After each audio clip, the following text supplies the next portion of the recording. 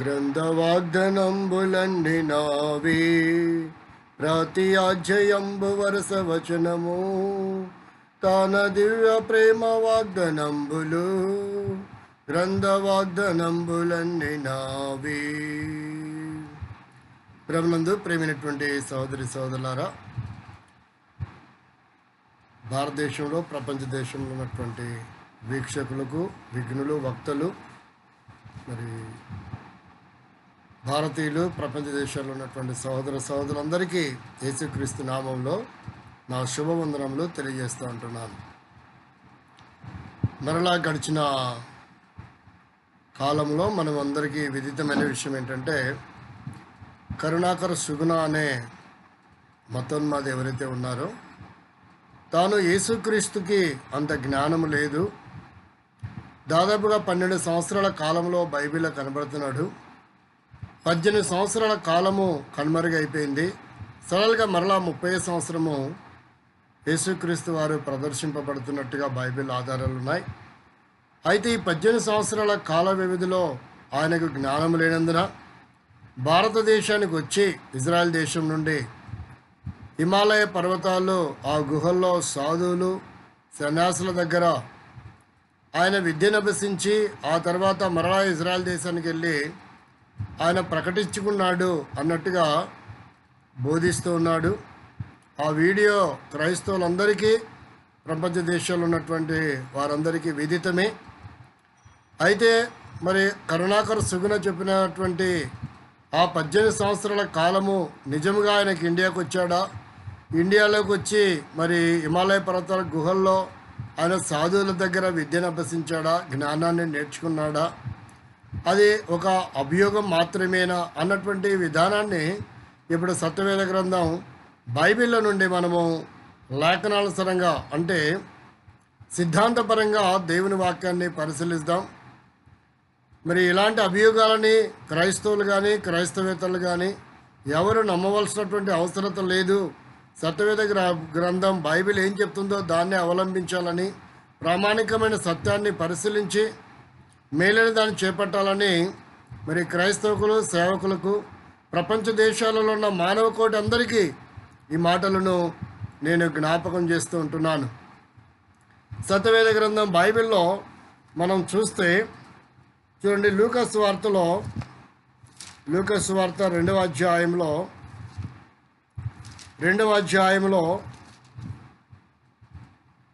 41-42 వచనాలలో ఉన్న దేవుని వాక్యాన్ని మనం పరిశీలన చేస్తాం. పస్కా పండుగ అప్పుడు ఆయన తల్లిదండ్రులు ఏటేటా యెరూషలేమునకు వెళ్ళుచుండువారు. ఆయన 12 ఏండ్ల అయినప్పుడు ఆ పండుగ ఆచరించుటకై వాడొచ్చటికి వారున్న చోట వారు యెరూషలేమునకు వెళ్ళిరి. వారచ్చటికి వాడుక చొప్పున వారు యెరూషలేమునకు వెళ్ళిరి. ప్రార్థన చేసుకుని, ప్రేమగల తండ్రి, మాటలను మరి వీక్షిస్తున్న వీక్షకులు, వక్తలు, విఘ్నులైన వారు, క్రైస్తవేతరులు, క్రైస్తవులు సత్యాన్ని గ్రహించడానికి సహాయపడండి. కరుణాకర్ సుగుణ చేస్తున్న అభియోగము భారతదేశానికి వచ్చి జ్ఞానాన్ని అభ్యసించాడా, లేదా 18 ఏళ్ళు భారతదేశంలో నేర్చుకున్నాడు అనేది ఎంతవరకు నిజమనేది అనేకులు గ్రహించినట్లుగా సహాయపడమని, మతోన్మాదిగా ఉన్నటువంటి వారు అలాగుననే కరుణాకర్ సుగుణ కూడా సత్యాన్ని గ్రహించేటట్లు సహాయపడమని, నిష్ప్రయోజకుని దాసుని మరుగుపరిచి మీరే ఈ మాటలను విశదీకరించమని వందనములు చెల్లిస్తూ యేసుక్రీస్తు నామంలో ప్రార్థిస్తున్నాం తండ్రి, ఆమేన్. ప్రియమైన వారలారా, మనం గమనించవలసిన విషయం ఏంటంటే, కరుణాకర్ సుగుణ భారతదేశానికి వచ్చి గురు పరంపరలు కానీ, జ్ఞానాన్ని కానీ ఆయన ఇక్కడున్న సాధువులు, సన్యాసుల దగ్గర నేర్చుకున్నాడు అన్నటువంటి బోధన విధానము చేస్తున్నట్టుగా మనందరికీ అర్థమవుతుంది. అది అవునో కాదో మనము సత్యవేద గ్రంథం బైబిల్ నుంచి క్షుణ్ణంగా సిద్ధాంతపరంగా పరిశీలించడము ఎంతైనా మంచిది. ఒకసారి అసలు కరుణాకర్ సుగుణ ఏం చెప్పాడో ఆ మాటలను ఒకసారి మనము పరిశీలన చేస్తాం. కరుణాకర్ సుగుణ ఏం చెప్పాడో ఆ మాటలను ముందుగా మనము పరిశీలన చేస్తాం. ఆయన చెప్పినవన్నీ కూడా నిజము అని మనము నమ్మవలసిన అవసరం లేదు. వాస్తవికంగా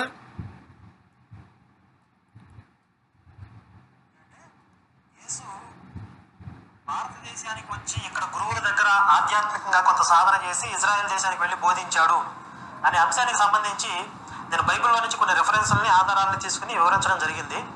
అందులో ఉన్నటువంటి ఒక విషయాన్ని కాబట్టి గమనించండి, యేసు భారతదేశానికి వచ్చి ఇక్కడున్న గురువుల దగ్గర నేర్చుకున్నాడు అన్నటువంటి మాటలను మనం పరిశీలన చేస్తూ వచ్చాం. అది ఎంతవరకు నిజమో ఇక్కడ గురువుల దగ్గర ఆధ్యాత్మికంగా కొంత సాధన చేసి ఇజ్రాయెల్ దేశానికి వెళ్ళి బోధించాడు. చూడండి, ఇక్కడ గురువుల దగ్గర కొంత సాధన చేసి ఇజ్రాయెల్ దేశానికి వెళ్ళి బోధించాడు అంటున్నాడు. ఇక్కడ గురువుల దగ్గర కొంత సాధన చేశాడు అన్నటువంటి మాటలను మనం పరిశీలన చేస్తే అసలు నిజముగా యేసుక్రీస్తు ఇక్కడ గురువుల దగ్గర నేర్చుకున్నాడా? అది సబబేనా? కరుణాకర్ సుగుణ మాట్లాడుతున్న మాటలు సత్యమేనా కాదా అనేటువంటి విధానంలో మనము పరిశీలన చేద్దాం. అసలు యేసుక్రీస్తు ఇక్కడికి వచ్చి నిజంగానే నేర్చుకున్నాడా అనే మాటలను మనం పరిశీలన చేద్దాము. శతవేద గ్రంథం బైబిల్లో దేవుని వాక్యం ఏం చెప్తుందో కరుణాకర్ సుగుణ చెప్పేది ఎంతవరకు సబబు? నిజముగా యేసుక్రీస్తుకి జ్ఞానం లేదా? యేసుక్రీస్తు ఆ విషయాలను బోధించలేడా? కరుణాకర్ సుగుణ చెప్పిన ప్రకారంగానే యేసుక్రీస్తు భారతదేశానికి వచ్చి విద్యను అభ్యసించాడా అనే విషయాలను మనము సత్యవేద గ్రంథం బైబిల్ నుండి పరిశీలన చేస్తాం. అసలు యేసుక్రీస్తుకు ఉన్నటువంటి జ్ఞానం ఏపాటిది? ఆయన విద్య లేనివాడు, ఆయన ఒక సాధారణమైన వాడు. భారతదేశముకి రాకుంటే యేసుక్రీస్తుకు అంతటి జ్ఞానమే తెలియదు అన్నటువంటి విధానంలో ఇక్కడ వచ్చి నేర్చుకున్నాడు అని కరుణాకర్ సుగుణ చెప్తున్నటువంటి మాటల్లో సత్యం ఎంత ఉందో సత్యవేద గ్రంథం బైబిల్ నుండి మనము పరిశీలన చేస్తాం. సనాతన ధర్మంను అవలంబిస్తున్న వారైనా, భారతీయులైనా, క్రైస్తవులైనా, క్రైస్తవేతరులైనా కరుణాకర్ సుగుణ చెప్పిన మాటలో ఎంతవరకు సత్యం ఉందో క్షుణ్ణంగా పరిశీలిస్తుండగా ఈ వీడియో ప్రారంభం నుంచి ముగింపు వరకు వీక్షించి విని సత్యాన్ని గ్రహించవలసిందిగా ప్రభు పేరట విన్నవించుచుండగా చిత్తగించుడి. దేవుని వాక్యంలో మనం పరిశీలన చేస్తే అనేకమైనటువంటి లేఖన భాగాలు సత్యవేద గ్రంథం బైబిల్లో ఉన్నాయి. వాటిని ఒక్కొక్కటిగా పరిశీలన చేద్దాం. కరుణాకర్ సుగుణ చెప్పిన ప్రకారంగా యేసుక్రీస్తు భారతదేశంలో నేర్చుకున్నాడా, లేక యేసుక్రీస్తుకి స్వాభావికంగానే ఆయనకు దైవజ్ఞానము, ఆత్మజ్ఞానం కలిగిన వాడిగా ఉన్నాడా? ఆయన మాటలకు ప్రజలలో ఏమేమి సంభవిస్తూ వచ్చిందో,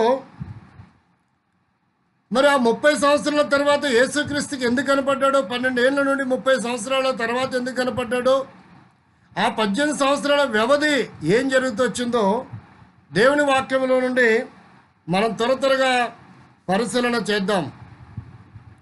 చూడండి, మొట్టమొదటిగా చూస్తే యూదుల సాంప్రదాయము 30 సంవత్సరాలు వచ్చే వరకు ఒక విశేషమైన పని చేయకూడదు, 30 సంవత్సరాలు వచ్చిన తర్వాత అతను మేజర్ అవుతాడు, అప్పుడే ఏ పని చేయడానికైనా తను పూనుకోవచ్చు అన్నటువంటిది యూదుల సాంప్రదాయం ఉంది. అది మతోన్మాదైన కరుణాకర్ సుగుణకు తెలియదు. మతోన్మాదులకు ఎవరికి తెలియదు. ఒకవేళ ఈ విషయము మరి ఇస్లామీ వారు కూడా తెలియకపోవచ్చేమో. అంత మాత్రమే కాదు, క్రైస్తవేతరులకు ఈ విషయం తెలియకపోవచ్చు. కొంతమంది క్రైస్తవులకు కూడా ఈ విషయం తెలియకపోవచ్చేమో. కానీ బైబిల్లో మనము కూలంకుషంగా సిద్ధాంతపరంగా లేఖనాలను పరిశీలిద్దాము రండి. మొట్టమొదటిగా మనం గమనిస్తే యేసుక్రీస్తు ప్రభువారు 12వ ఏట దేవాలయంలో మనకు కనపడుతున్నాడు. అంటే 12వ ఏట వరకు కనపడలేదంటే మిగతా 12 సంవత్సరాలు కూడా ఇండియాలోనే ఉన్నాడని నమ్ముతారా? బుద్ధిహీనుడు కరుణాకర్ సుగుణ చెప్పిన ప్రకారంగా 12 నుండి 30 వరకు అని చెప్తుంటాడు. మరి 12లో కనపడుతున్నాడు, ఇక్కడ 2 సంవత్సరాల లోపు కనపడినాడు. అంటే మిగతా 10 సంవత్సరాలు కూడా మరి ఇండియాలోనే ఉన్నాడని జ్ఞానం నేర్చుకున్నాడంటే కరుణాకర్ సుగుణ చెప్పే మాటలు అలా కూడా చెప్పగలడు. ఎంత బుద్ధిహీనతనో ఒకసారి ఆలోచించండి. 12 సంవత్సరాల వయసులో కనపడి ఆయన ఏం మాట్లాడుతున్నాడో చూడండి. లూకాసు వార్త 2వ అధ్యాయము 45-46 వచనాల్లో చూస్తే, ఆయన కనబడినందున ఆయనను వెదకుచు యెరూషలేముకు తిరిగి వచ్చిరి. 3వ దినములైన తర్వాత ఆయన దేవాలయంలో బోధకుల మధ్య కూర్చుండి వారి మాటలను ఆలకించుచు వారిని ప్రశ్నలు అడుగుచు ఉండగా చూచిరి. 47 ఆయన ఆ మాటలు వినిన వారందరూ ఆయన ప్రజ్ఞకు ప్రత్యుత్తరమునకును విస్మయముందిరి. ఆయన ప్రజ్ఞశీలి. యేసుక్రీస్తు 12వ ఏటనే ఏ గురు పరంపరల దగ్గర నేర్చుకోలేదు, అసలు భారతదేశానికే రాలేదు. ఆయన ప్రజ్ఞ కానీ ఆయన జ్ఞానానికి కానీ ఆనాటి బోధకులు, శాస్త్రులు, పరిచయులు విస్మయం పొందుతూ వచ్చారు. దానికి సత్యవేద గ్రంథం బైబిల్ ఆధారము. సిద్ధాంతపరంగా ఆలోచన చేయండి. ఒకవేళ కరుణాకర్ సుగుణ యేసుక్రీస్తు 12 ఏళ్ల నుంచి 30 ఏళ్ల వరకు భారతదేశంలోనే ఉన్నాడు, విద్య నేర్చుకున్నాడు అన్నటువంటి మాటల్లో ఎంతవరకు సత్యం ఉందో డిబేట్ ఏమైనా చేయగలడా? ప్రూఫ్ నిరూపించగలడా? భారతదేశంలో విద్యను అభ్యసించాడు, జ్ఞానాన్ని నేర్చుకున్నాడు ఈ 18 సంవత్సరాలని. ఒక్కసారి ఆలోచించండి. ఏ గ్రంథాన్ని ఆధారం చేసుకొని ఆయన భారతదేశంలో 18 సంవత్సరాలు విద్య నేర్చుకున్నాడని ఏ ప్రామాణికంగా నిరూపించగలడు? బుద్ధిహీనమైన మాటలు మానుకోవడం కరుణాకర్ సుగుణ ఎంతైనా మంచిది. కాబట్టి ఆయన మాటలకు ఆశ్చర్య పొందుతూ వచ్చారు. 48లో చూస్తే ఆయన తల్లిదండ్రులు ఆయనను చూచి మిక్కిలి ఆశ్చర్యపడిరి. ఆయన తల్లి, కుమారుడా మమ్మల్ని ఎందుకు ఇలా చేసేదివి? ఇదిగో నీ తండ్రియు నేనును దుఃఖపడుచు నేను వెదకుచున్నామని ఆయనతో చెప్పగా తల్లిదండ్రులు కూడా ఆశ్చర్యపోయారు. 12 ఏళ్ల వరకు ఎప్పుడు ఇలా మాట్లాడలేదే, ఈ జ్ఞానం ఎక్కడి నుంచి వచ్చిందని. బోధకులు ఆశ్చర్యపోవడం కాదు, శాస్త్రుల పరిచయం ఆశ్చర్యపోవడం కాదు, ఇంతకాలం తన చుట్టూ తిరిగి తను గోరుముద్దలు తినిపించి పెంచి పెద్ద చేసిన తల్లిదండ్రులు కూడా ఇక్కడ ఆశ్చర్యపోతున్నారంటే ఆయన ప్రజ్ఞ కానీ ఆయన జ్ఞానాన్ని కానీ భారతదేశంలో నేర్చుకోలేదని ఈ మాటలు, ఈ సత్యాన్ని గ్రహించాలి. మతోన్మాదులందరూ యేసుక్రీస్తుకి, బైబిల్కి, క్రైస్తవానికి వ్యతిరేకంగా మాట్లాడుతున్న ప్రతి బుద్ధిహీనులు ఈ సత్యాన్ని మొదటిగా తెలుసుకోవాలి. వారి అంతటి వక్తలు, జ్ఞానులు, విఘ్నులైనా సరే వారి బుద్ధిహీనులని ఈ మాటల ద్వారా, ఈ లేఖనముల ద్వారా అనక తప్పడం లేదు. ప్రియమైన వారినారా, మరి గమనించవలసిన విషయం ఏంటంటే, మరి ఆ 18 సంవత్సరాలు ఎక్కడున్నారని మీరు ఒకవేళ ప్రశ్నిస్తారేమో. దానికి కూడా సిద్ధాంతపరంగా గ్రంథములో ఆధారాలు, లేఖనాలు చూడండి. 51, 52 వచనాలు లూకాసు వార్త 2వ అధ్యాయంలో చూస్తే, అంతటా ఆయన వారితో కూడా బయలుదేరి నజరేతుకు వచ్చి వారికి లోబడి ఉండెను. ఆయన తల్లి ఈ సంగతులన్నింటినీ తన హృదయంలో భద్రం చేసుకొనెను. యేసు జ్ఞానమందును వయస్యందును దేవుని దయందును మనుషుల దయందును వర్ధిల్లుచుండెను. అంటే మరలా యెరూషలేము దేవాలయం నుండి నజరేతుకు వచ్చి నజరేతులో తండ్రి దగ్గర వడ్రంగి పనిచేస్తూ 30 సంవత్సరాలు ఉన్నాడు. జ్ఞానమందు వయస్యందు ఆయన వర్ధిల్లుచున్నట్టుగా తల్లిదండ్రికి లోబడి ఉన్నట్టుగా ఇక్కడ లేఖనంలో సిద్ధాంతపరంగా ఆధారాలు ఉన్నాయి. అయితే మరి చూడండి 3వ అధ్యాయము 23వ వచనం లూకాసు వార్తలో చూస్తే యేసు బోధింప మొదలుపెట్టినప్పుడు ఆయనకు దాదాపు 30 ఏండ్లు ఈడుగలవాడు. ఆయన యోసేపు కుమారుడని ఎంచబడును. మరి 30 ఏండ్లు ఈడు వచ్చింది అంటే 30 ఏండ్లు యూదా సాంప్రదాయ ప్రకారంగా ఒక పురుషుడు మేజర్ అవ్వాలంటే 30 సంవత్సరాలు రావాలి. 30 ఏళ్ల తర్వాత ఆయన సువార్తను బోధించడం ప్రారంభిస్తూ వచ్చాడు. ఆయన బోధించిన తర్వాత ఆయన బోధిస్తున్న దినాల్లో ఏమేమి సంభవిస్తూ వచ్చాయో మనము క్షుణ్ణంగా లేఖనాల్లో సిద్ధాంతపరంగా పరిశీలన చేద్దాం రండి. మొదటి చూస్తే మత్తయి సువార్త 22వ అధ్యాయము 33వ వచనంలో చూస్తే మత్తయి సువార్త 22వ అధ్యాయము 33వ వచనంలో ఆయన సజీవులకే దేవుడు కానీ మృతులకు దేవుడు కాడని వారితో చెప్పెను. జనులది విని ఆయన బోధకు ఆశ్చర్యపడిరి. ఈ మత్తయి సువార్త 22వ అధ్యాయంలో 2 రకాల బోధకులు ఉన్నారు, శాస్త్రులు, సద్దుకైలు. వారిలో ఒక జాబితా పునరుత్థానము ఉందని, ఒక జాబితా పునరుత్థానము లేదని. కాబట్టి అలాంటి జాబితా కలిగిన వారికి దేవుడు సిద్ధాంతపరంగా యేసుక్రీస్తు ప్రభు సుస్పష్టం చేస్తూ వచ్చాడు. చనిపోయిన వారికి ఎవరు కూడా భార్యగా భర్తగా ఉండనేరని ఈ భాగంలో 23వ వచనం నుండి 33వ వచనం వరకు మీరు ధ్యానిస్తే మీకు అర్థమవుతుంది. 33వ వచనంలో ఆయన అగుపరిచిన జ్ఞానము, ఆయన బోధకు ఆశ్చర్యపోయినటువంటి వారుగా ఉంటూ ఉన్నారు. కాబట్టి ఆయన ఎక్కడ నేర్చుకోలేదనడానికి సిద్ధాంతపరంగా బైబిల్ లేఖనాలు ఆధారమై ఉన్నాయి. అసలు ఆయన ఇండియాకే రాలేదు, ఇండియాలో నేర్చుకోలేదు. మతోన్మాదులు మరి దాన్ని చిత్రీకరించారు. అది ఒక అభియోగం మాత్రమే కానీ అదెంత మాత్రం వాస్తవం కాదని బైబిల్ సత్యవేద గ్రంథము సిద్ధాంతపరంగా మరి నొక్కి వకాలిస్తూ ఉంటుంది. ఇక్కడ మనం గమనిస్తే మార్కు వార్త 1వ అధ్యాయములో 22వ వచనము, మార్కు వార్త 1వ అధ్యాయములో 22వ వచనంలో చూస్తే యేసుక్రీస్తు బోధన విధానంలో జరిగిన కార్యాలు ఆయన శాస్త్రుల వలె కాక అధికారము గలవాని వలె వారికి బోధించను గనక వారు ఆయన బోధకు ఆశ్చర్యపడిరి. శాస్త్రులు సద్దుకైలు, శాస్త్రులు పరిసయ్యులు, రకరకాల వ్యక్తులు ఆ దినాల్లో 1వ శతాబ్దంలో ఉన్నారు. శాస్త్రుల బోధకు యేసుక్రీస్తు బోధ భిన్నంగా ఉంది. కాబట్టి ఆయన బోధకు ఆశ్చర్యపడినటువంటి విధానాలు బైబిల్ ఎన్నో ఆధారాలు ఉన్నాయి. అంత మాత్రమే కాదు 6వ అధ్యాయం మార్కు వార్తలో 2వ వచనం 3వ వచనాన్ని కనుక పరిశీలన చేస్తే విశ్రాంతి దినం వచ్చినప్పుడు ఆయన సమాజమందిరంలో బోధించడం ఆరంభించను. అనేకులు ఆయన బోధ విని ఆశ్చర్యపడిరి. ఈ సంగతులు ఇతనికి ఎక్కడి నుండి వచ్చును? ఇతనికి ఇవ్వబడిన ఈ జ్ఞానం ఎట్టిది? ఇతని చేతుల వలన ఇట్టి అద్భుతములు చేయబడుచున్నవి ఇదేమి? ఇతడు మరియ కుమారుడు కాదా? ఇతని యాకోబు, యోసే, యూదా, సీమోను సహోదరుడు కాదని ఆశ్చర్యపోతూ వచ్చారు. వారందరికీ ఇలాంటి ప్రజ్ఞ లేదు, వారందరి దగ్గర ఇలాంటి జ్ఞానం లేదు. మరి ఈయన ఇలాంటి జ్ఞానాన్ని ప్రదర్శిస్తున్నాడు ఏంటని ఆశ్చర్యపోతున్నారు. ఇక్కడ ప్రియమైన వారులారా, ఆయన బోధ విన్నవారు, ఆయన చూస్తున్నవారే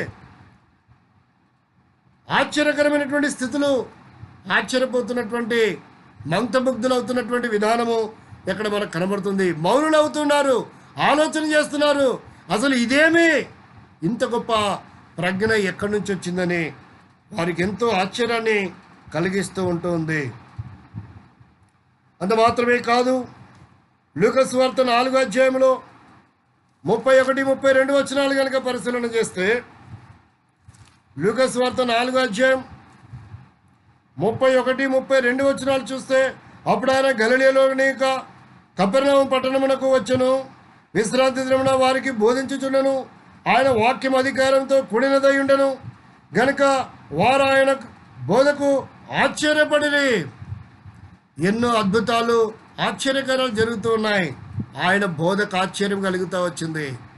కరుణాకర సుగుణ లాంటి మతోన్మాది ఆయనను వెంబడిస్తూ ఆయన వెనుకలున్న మతోన్మాదుల మాటలకు ఎవరు ఆ వంచనకు లొంగొద్దండి అని క్రైస్తవులైనా క్రైస్తవేతలకైనా సిద్ధాంతపరంగా సత్యవేద గ్రంథం బైబిల్ నుండి లేఖనాలు స్పష్టము చేయబడతా ఉన్నాయి.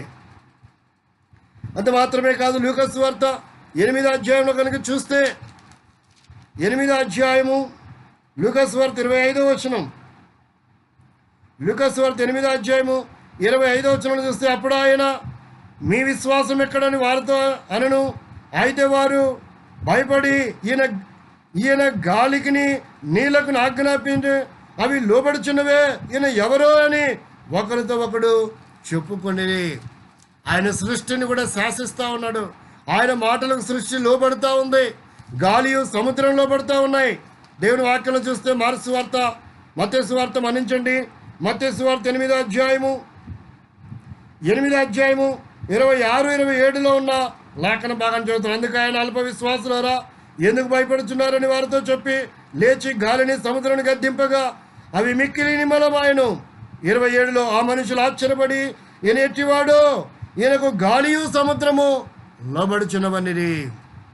కాబట్టి ఆశ్చర్యపోతూ చెప్పుకుంటున్నారు. యేసుక్రీస్తు కరుణాకర సుగుణ మతోన్మాది చెప్పినట్టుగా ఆయన ఏమాత్రము కూడా భారతదేశంలో నేర్చుకోలేదండి. ఆయన జ్ఞానానికి, ఆయన ప్రజ్ఞ 12వ ఏట ఉన్నప్పుడే శాస్త్రులు పరిశీలు ఆశ్చర్యపోతూ వచ్చారు. సమాజము, ఆనాటి సమకాలికులందరూ, చూసిన వారందరూ ఆశ్చర్యపోతూ వచ్చారు. ఆయన తీరుకు, ఆయన మాటల విధానానికి, ఆయన చూపిన ప్రజ్ఞకు, ఆయన జ్ఞానానికి. కాబట్టి సత్యవేద గ్రంథం ప్రామాణికమైన విషయాల్లోనూ సిద్ధాంతపరంగా ధ్యానించవలసిందిగా ప్రభు పేరట ఒక సహోదరుడిగా, సేవకుడిగా ఈ మాటలు భారతదేశపు సహోదరుడిగా మతోన్మాదులైన వారు చెప్తున్నాను. అలాగనే ఒక సేవకుడిగా క్రైస్తవులు కూడా ఈ మాటలను జ్ఞాపకము చేస్తూ ఉంటున్నాను. లూకాసు వార్త 9వ అధ్యాయంలో 43, 44 వచనాలు కనుక పరిశీలించగలిగితే, లూకాసు వార్త 9వ అధ్యాయము 43, 44 వచనాలు కనుక మనం పరిశీలించగలిగితే జరుగుతున్న అద్భుతాలను చూడండి, ఆశ్చర్యకరాలను చూడండి.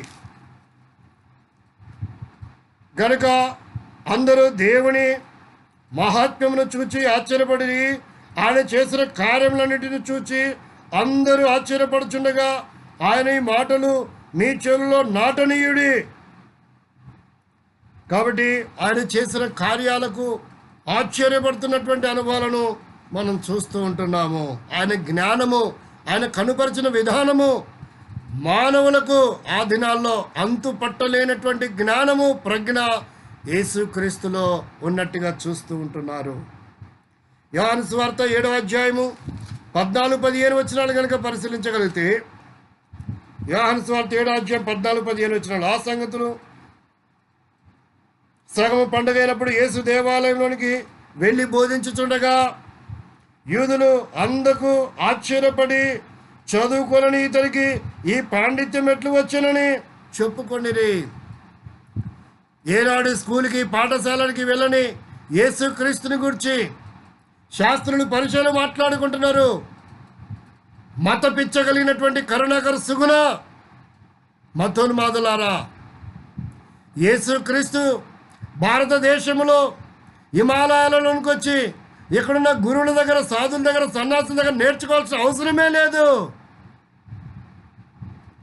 ఆయన ప్రజ్ఞ ఎలాంటిదో ఆశ్చర్యకరంగా విషయాలు కనబడుతూ ఉన్నాయి. సత్యవేద గ్రంథం సిద్ధాంతపరంగా ఆలోచించండి. బుద్ధిహీనంగా ఎవడో ఒక నాస్తికుడు, హేతువాది చెప్పిన మాటలు నమ్మాల్సిన అవసరం లేదు. అవి క్రైస్తవులకు ప్రామాణికం ఎంత మాత్రమే కాదు. అవి సిద్ధాంతపరంగా ఏ ఆధారం లేవు, నిరాధారమైనటువంటి మాటలను చెప్పినంత మాత్రాన క్రైస్తవులు ఎవరు కలవరపడరు. సిద్ధాంతాన్ని ఆలోచించేవాడు ఎవడు కూడా కలవరపడడు. మీలాంటి మూర్ఖులు, బుద్ధిహీనులు, మత ఛాందస్సపు వాదులు వాటి గురించి ఆలోచిస్తారు తప్ప సిద్ధాంతాన్ని అవలంబించిన వారు ఎవరు కూడా మాటలకు లొంగరు. ఆ వంచనకని మీరు గ్రహించవలసిందిగా మొదటగా యేసుక్రీస్తు నామములో ఒక సహోదరుడిగా ఈ మాటలు విన్నవించుచుండగా మతోన్మాదులారా కరుణాకర సుగుణ చిత్తగించండి.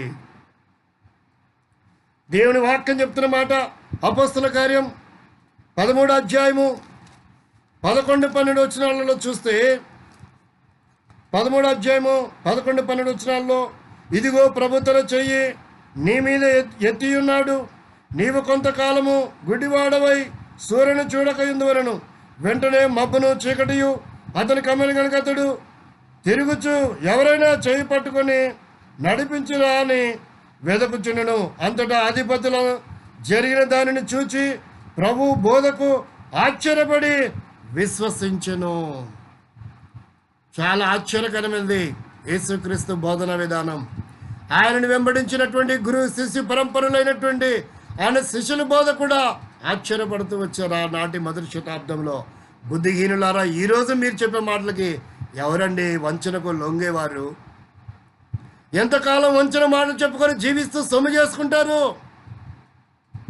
ఒకరోజు మీ వంచన మాటలు ఆగిపోయే దినం రాబోతూ ఉంది, ఆసన్నమవుతూ ఉంది.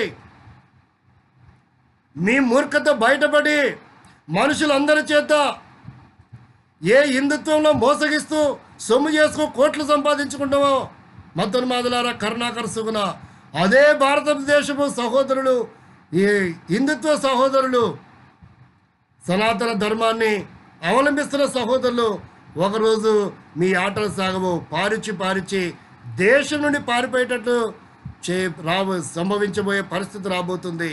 ఇకనైనా జాగ్రత్త పడండి. ఎంతకాలం మోసం చేసి సొమ్ము చేసుకుంటావు? సత్యము ఒకరోజు బట్టబయలవుతుంది.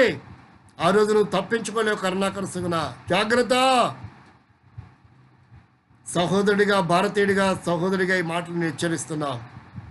సత్యాన్ని అవలంబించు, సిద్ధాంతాన్ని అవలంబించు. బుద్ధిహీనమైన వంచపు మాటల చేత ఇంకా ఎవరిని మోసం చేయొద్దని యేసుక్రీస్తు నామంలో సహోదరిగా మనం చేస్తున్నాను. కనుక సత్యవేద గ్రంథం బైబిల్ చూస్తే ఈ లోక జ్ఞానము, భారతదేశంలో ఉన్నటువంటి గురు పరంపరల దగ్గర ఉన్నటువంటి జ్ఞానం ఏంటంటే భౌతిక సంబంధమైన జ్ఞానమే. ఈ లోక జ్ఞానాన్ని గురించి సత్యవేద గ్రంథం బైబిల్ ఏమైనా సెలవిస్తుందో తెలుసా? కొరింథీయుల రాష్ట్రం మొదటి పత్రిక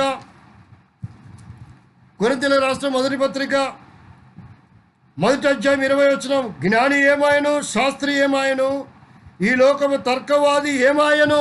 ఎంతకాలం తర్కిస్తావు? వంచన మాటల చేత నీ తర్కములన్నీ ఇక్కడ ఆటలు సాగవిక. ఈ లోకము తర్కవాది ఏమాయను, ఈ లోక జ్ఞానము దేవుడు వెర్రితనముగా చేయుచున్నాడు కదా. వెర్రి జ్ఞానాన్ని పట్టుకొని తర్కిస్తావా? వెర్రి జ్ఞానముల చేత యేసుక్రీస్తుని వంచన చేస్తావా? ఆయన భారతదేశంలో నేర్చుకున్నాడని ఒక్కసారి ఆలోచించు. మతోన్మాదిగా పిలువబడుతున్న కరుణాకర సుగుణ, ఇంకా ఎవరున్నా సరే మతోన్మాదులు, వారందరూ గ్రహించాలి ఈ లోక జ్ఞానము వెర్రితనం. 24-25లో ఆయన యూదులకు ఆటంకముగాను అన్యజనులకు వెర్రితనముగా ఉన్నాడు. కానీ యూదులకేమి, క్రీస్తు దేశస్తులకేమి, పిలువబడిన వారికి క్రీస్తు దేవుని శక్తియు దేవుని జ్ఞానమై ఉన్నాడు. దేవుని వెరితనము మనుషుల జ్ఞానము కంటే జ్ఞానము గలది, దేవుని బలహీనత మనుషుల బలము కంటే బలము గలదని సిద్ధాంతపరంగా సత్యవేద గ్రంథం బైబిల్ సెలవిస్తుంది. అంతేకాదు భారతదేశంలో ఉన్న వారికి భౌతిక సంబంధమైన, ప్రకృతి సంబంధమైన జ్ఞానం మాత్రమే తెలుసు ఇక్కడున్న గురు పరంపరలకి. కానీ యేసు క్రీస్తుకు తెలిసిన జ్ఞానము మతోన్మాదులు అనుకున్నటువంటి జ్ఞానం కాదు. యేసు క్రీస్తు కలిగినటువంటి జ్ఞానము, ఆయన చూపించే జ్ఞానము, ఆయన దగ్గర ఉన్నటువంటి ప్రజ్ఞ, ఆయనకు ఎలాంటి జ్ఞానములు, ఇంకా భూలోకం ఏమేమి జ్ఞానాలు ఉన్నాయో అవన్నీ తెలుసుకోవాలంటే సత్యవేద గ్రంథం బైబిల్ని మీరు క్షుణ్ణంగా చదవాలి. సత్యవేద గ్రంథాన్ని పారాయణం చేయాలా, సత్యవేద గ్రంథాన్ని పఠించాలి మీరు. అప్పుడే బైబిల్ యొక్క జ్ఞానం ఏంటో, యేసుక్రీస్తు యొక్క జ్ఞానం ఏంటో మీకు అర్థమవుతుంది. కావాలంటే చూడండి, యాకోబు పత్రిక 3వ అధ్యాయము 15వ వచనం చెప్తా ఉంది, ఈ జ్ఞానము పైనుండి దిగి వచ్చినది కాక భూ సంబంధమైనది, ప్రకృతి సంబంధమైనది, దయ్యముల జ్ఞానము వంటిది అయి ఉన్నది. కాబట్టి ఇక్కడ 3 రకాల జ్ఞానాన్ని గురించి చెప్తా ఉన్నాడు. అయితే పైనుండి వచ్చు జ్ఞానము మొట్టమొదట పవిత్రమైనది, 17వ వచనం సెలవిస్తూ ఉంది. తర్వాత సమాధానకరమైనది, మృదువైనది, సులభముగా లోబడినది, కనికరముతోనూ మంచి ఫలములతోనూ నిండుకున్నది, పక్షపాతమైనను వేషధారణ అయినదు లేనిదై ఉన్నది. కాబట్టి యేసుక్రీస్తు జ్ఞానము పైనుండి దిగి వచ్చిన జ్ఞానం. కాబట్టి ఆయనకు బాల్యంలోనే ఎవడు నేర్పించవలసిన అవసరం లేకుండా పోయింది. ఆయన భారతదేశానికి వచ్చి నేర్చుకోవాల్సిన అవసరం కూడా ఏమాత్రమునూ లేదు. కనుక శాస్త్రులు పరిచయులు విస్మయం పొందుతూ వచ్చారు, ఆయన జ్ఞానానికి ఆశ్చర్యపోతూ వచ్చారు. కాబట్టి ప్రియమైన వారులారా, మీకు తెలిసింది ఇంత మాత్రమే, భౌతిక సంబంధమైన జ్ఞానం, సత్యవేద గ్రంథం. అంతేకాదు ప్రకృతి జ్ఞానం ఉంది, దయ్యముల జ్ఞానం ఉంది, పైనుండి దిగొచ్చిన జ్ఞానం ఉందని 3 రకాల జ్ఞానాన్ని గురించి సెలవిస్తుంది. అంత మాత్రమే కాదు, ఈ లోకములో ఒకవేళ అనుకుంటున్నారు మాకు కాలజ్ఞానాన్ని ఒక ఆయన బోధించాడు, కాబట్టి ఆయన బోధించిన ప్రకారమే ఈనాడు కాలజ్ఞానము నెరవేరుతుంది, జరుగుతుంది అనుకున్నట్లయితే మోసపోతున్నారా? అయితే ఇంకొక అద్భుతమైన జ్ఞానం ఉంది రండి. ప్రసంగి గ్రంథం 3వ అధ్యాయము 11వ వచనంలో చూస్తే, దేని కాలమందు అది చక్కగా నుండినట్లు సమస్తమును ఆయన నియమించున్నాడు. ఆయన శాశ్వత కాల జ్ఞానము నరుల హృదయమందుంచి ఉన్నాడు కానీ దేవుడి చేయి క్రియలను పరిశీలనగా తెలిసినట్టుకు అది చాలదు. కాబట్టి 11వ వచనంలో దేవుడి శాశ్వత కాల జ్ఞానమును విశదీకరించేవాడిగా ఉన్నాడు. కాలజ్ఞానానికి గించుకుంటున్నారు, అబ్బో మా కాలజ్ఞానం చెప్పాడు, మా కాలజ్ఞానం చెప్పాడు, మా కాలజ్ఞానం చెప్పాడు అని. కాలజ్ఞానం గొప్పదా, శాశ్వత కాలజ్ఞానం గొప్పదా? ఒక్కసారి మతోన్మాదులందరూ ఆలోచించవలసిన వారుగా ఈ లేఖనము సిద్ధాంతపరంగా ఆలోచించవలసిందిగా ప్రభు పేరట విన్నవించుచున్నాను. కాబట్టి బైబిలు ఆషామాషి గ్రంథము కాదు, సత్యవేద గ్రంథం. శాశ్వత కాల జ్ఞానాన్ని గురించి విశదీకరించగలిగిన ఏకైక ప్రామాణికమైన గ్రంథం కేవలము బైబిల్ సత్యవేద గ్రంథం మాత్రమే. మతోన్మాదులందరూ ఈ విషయాన్ని సిద్ధాంతపరంగా లేఖనాలు పరిశీలించవలసిందిగా ప్రభు పేరట తెలియజేస్తూ ఉంటున్నాను, జ్ఞాపకం చేస్తుంటున్నాను. కనుక ప్రియమైన వారులారా, గ్రహించండి, సత్యాన్ని తెలుసుకోండి. కాబట్టి యేసుక్రీస్తు ప్రభు భారతదేశానికి ఎంత మాత్రమును రాలేదు. మరి 30 ఏళ్ళకి ఎందుకు కనపడ్డాడు 12 ఏళ్ళ తర్వాత అంటే చూడండి, దాని కొరకై బైబిల్లో కొన్ని ఉదాహరణలు ఉన్నాయి. ఆదికాండం 41వ అధ్యాయం కనుక పరిశీలన చేస్తే, ఆదికాండం 41వ అధ్యాయంలో ఒక వ్యక్తి మనకు కనబడతాడు, ఆయన పేరు యోసేపు. 41వ అధ్యాయము 46వ వచనంలో, యోసేపు బయలుదేరి ఐగుప్తు దేశమంతటా సంచరించును. యోసేపు ఐగుప్తు రాజైన ఫరో ఎదుట నిలిచినప్పుడు 30 సంవత్సరములుగా గలవాడై ఉండెను. అప్పుడు యోసేపు ఫరో ఎదుట నుండి వెళ్ళి ఐగుప్తు దేశమంతటా సంచారము చేసెను. కాబట్టి యోసేపు ఫరో ఎదుటికి వచ్చినప్పుడు 30 సంవత్సరాల ఏడుగలిగిన వాడున్నాడు. కాబట్టి యూదుల సాంప్రదాయము ఒక వ్యక్తి మేజర్ అవ్వాల పురుషుడు అంటే 30 సంవత్సరాలు నిండాలి. 30 సంవత్సరాలు వచ్చిన తర్వాత తను మేజర్ అవుతాడు. 30 సంవత్సరాల లోపు తను బాలుడిగానే ఉంటాడు. కాబట్టి ఇదే మాటలు మనం గమనిస్తే మరో వ్యక్తి దగ్గర చూస్తే, సమూయేలు గ్రంథం 17వ అధ్యాయము, మొదటి సమూయేలు గ్రంథం 17వ అధ్యాయంలో చూస్తే 33వ వచనంలో, సౌలు ఈ ఫిలిష్తీయుని ఎదుర్కొని వానితో పోట్లాటకు నీకు బలము చాలదు, నీవు బాలుడవు, వాడి బాల్యం నుండి యుద్ధాభ్యాసం చేసిన వాడని దావీదుతో అనను. దావీదు ఇక్కడ బాలుడిగా ఉన్నాడు, ఇంకా 30 సంవత్సరాలు రాలేదు. కాబట్టి సౌలు అంటున్నాడు, రాజైన సౌలు నువ్వు బాలుడవు అంటున్నాడు. అంత మాత్రమే కాదు, 41 వచనం చూద్దాం. చుట్టూ పారచూచి దావీదుని కనుగొని అతడు బలాఢ్యుడై వెరివాడను రూపుసేనుట చూచి అతను తిరస్కరించును. కాబట్టి 58 వచనంలో చూడండి, సౌలు ఏమంటున్నాడంటే దావీదును, సౌలు అతను చూచి చిన్నవాడా నీవెవని కుమారుడు అని అడగగా దావీదు నేను బెత్లెహేముడైన యేసయ్యను నీ దాసుని కుమారుడని ప్రత్యుత్తరం ఇచ్చును. కాబట్టి దావీదు అభిషేకింపబడినటువంటి రాజుగా అభిషేకింపబడినటువంటి సమయాన్ని మనం చూసినప్పుడు దావీదు అభిషేకింపబడిన దినము బాలుడిగా ఉన్నప్పుడే అభిషేకింపబడుతూ వచ్చాడు. చూడండి, మొదటి సమూయేలు గ్రంథం 16వ అధ్యాయము 13, 12, 13 వచనాల్లో అతడు వారిని పిలువనంపించి లోపలికి తోడుకొని వచ్చును. అతడు ఎర్రని వాడును, చక్కని నేత్రములు గలవాడును, చూచుటకును సుందరవంతుడై ఉండెను. అతడు రాగానే నేను కోరుకున్న వాడు ఇతడే, నీవు లేచి అతని వానిని అభిషేకించమని యెహోవా సెలవిచ్చును. సమూయేలు తైలపు కొమ్మును తీసి వాని సహోదరు ఎదుట వానికి అభిషేకం చేస్తును. నాటి నుండి యెహోవా ఆత్మ దావీదు మీద బలముగా వచ్చును. తర్వాత సమూయేలు లేచి రామాకు వెళ్ళిపోయిను. బాలుడిగా ఉన్నప్పుడే ఇక్కడ రాజుగా అభిషేకం జరుగుతూ వచ్చింది. కానీ రాజైన కాలము ఎప్పుడు అని మనం పరిశీలిస్తే సమూయేలు గ్రంథం అయిపోయిన తర్వాత చూడండి, రాజు అయినటువంటి కాలం మనం చూసినప్పుడు 2వ సమూయేలు గ్రంథం 2వ అధ్యాయము 3వ వచనము 4వ వచనములో మరియు దావీదు తన యుద్ధనున్న వారందరిని వారిని ఇంటి వారిని తోడుకొని వచ్చాను. వీరు హెబ్రోను గ్రామంలోని కాపురముండిరి. అంతటా యూదావారు అక్కడికి వచ్చి యూదావారి మీద రాజుగా దావీదునకు పట్టాభిషేకము చేసిరి. కాబట్టి పట్టాభిషేకము జరిగిన సమయము దావీదుకు 30 సంవత్సరాలు. ఆ తర్వాత ఆయన సింహాసనం ఎక్కాడు. అప్పటి వరకు అభిషేకింపబడిన సింహాసనము ఎక్కలేదు. ఇది యూదుల సాంప్రదాయము. మతోన్మాదులకి ఇది ఈ విషయం అర్థం కాదు. మత ఛాందస్సువాదులకు ఈ విషయం అర్థం కాదు. హేతువాదులకి, నాస్తికులకి ఈ విషయం అర్థం కాదు. అక్షరాలు కాదు, బుద్ధిహీనులారా చదవాల్సింది. అక్షరాలలో ఉన్న పరమార్థం, అక్షరం యొక్క సారాంశాన్ని గ్రహించాలి. కాబట్టి యేసుక్రీస్తు ప్రభు 12వ ఏట కనబడి 30 ఏట ఆయన సువార్త ప్రకటించడం అంటే మిగతా కాలము మరి సౌలు కూడా మరి యోసేపు కూడా భారతదేశానికి వచ్చాడంటారా?